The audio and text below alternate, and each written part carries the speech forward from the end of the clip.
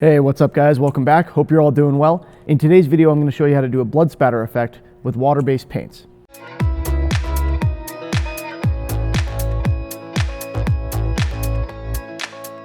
What we're working on here is a custom guitar, a Kiesel that I've been doing a custom airbrush job on. I've got an intercoat clear on it right now, so you can see the airbrush job, but it's a little bit obscured because I clear coated it and then I scuffed that back so that my blood spatter effect will stick. You need to do that. You need to scuff back if you're going to do an intercoat clear like this. I really do recommend throwing an intercoat clear on if you are painting over something like artwork like this. So, you know, I put some time and effort into doing this airbrush work, and now I'm putting something over top of it. If that doesn't look good, I want to be able to take it off without ruining the airbrush work. So that's why I put some clear on underneath what I'm doing now. Intercoat, it's not a specific type of clear per se, it just is, I put it on in the middle of the paint job. So now I'm going to do my blood spatter, and then I'll have to re-clear coat this guitar afterward. All right, so let's talk about making our paint. We're going to need something to mix in, something to stir with probably. A base color. You want something red, obviously, to start with, but yeah, blood is not this kind of color. It's not red. It's more of a dark brandy kind of color. So Autowear has a Brandywine Candy H2O color. Now this stuff is very thin. It's meant to be mixed with a carrying clear, basically, candy carrier that they have. But thin is good for this. Thin is what we need for this kind of work. So it's a little bit dark. So it's kind of purpley, the Brandywine. It looks fairly close to blood, but it's a little too brown. So we're gonna add in a little bit of transparent red. This is fire red, which is brighter, to brighten this up and give it a little bit more body, make it a little less transparent. Okay, so that's what we're gonna mix together, and we're gonna give that a try.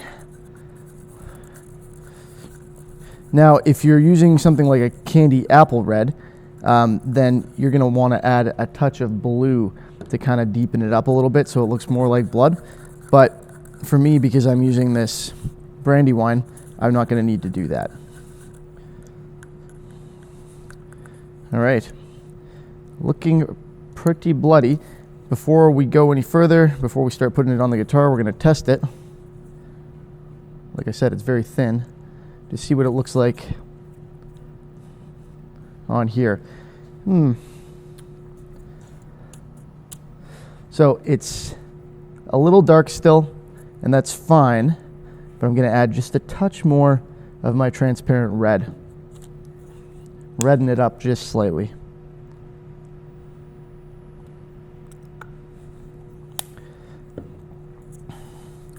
That was not a touch. Let's see how this looks. That came out much faster than I thought it would, but that might be okay.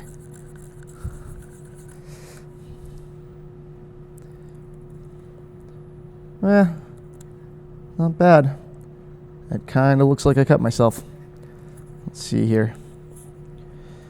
Always test your application method, which for me is going to be flicking, essentially.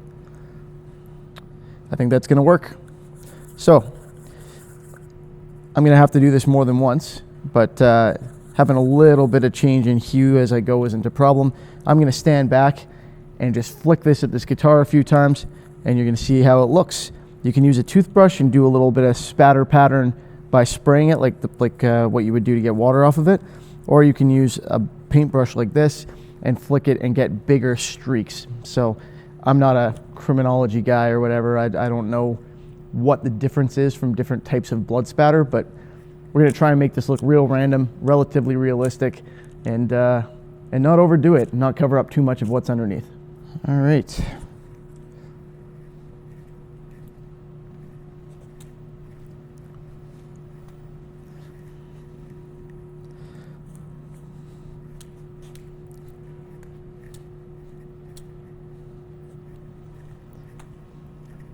Get a little bit more in these areas that aren't right on the skull.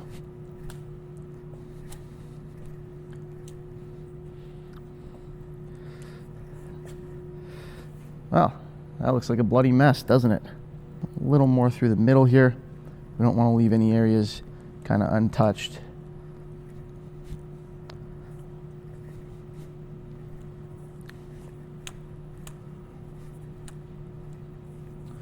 There we go.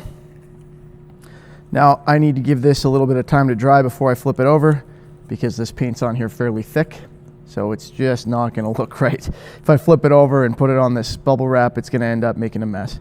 I'm also going to have to remember, and this is important if you're doing both sides, make sure you got something clean underneath. So I got to remember to flip the bubble wrap over when I do this.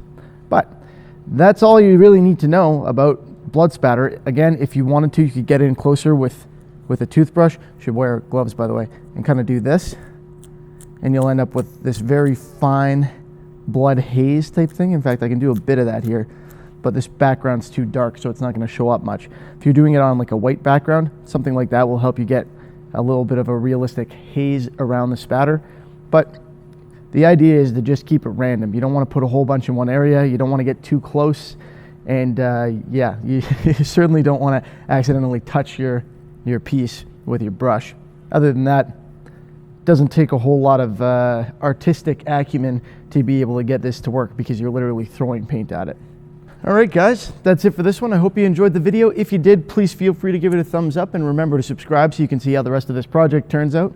As always, thanks for watching. Have a good one. I'll see you next time.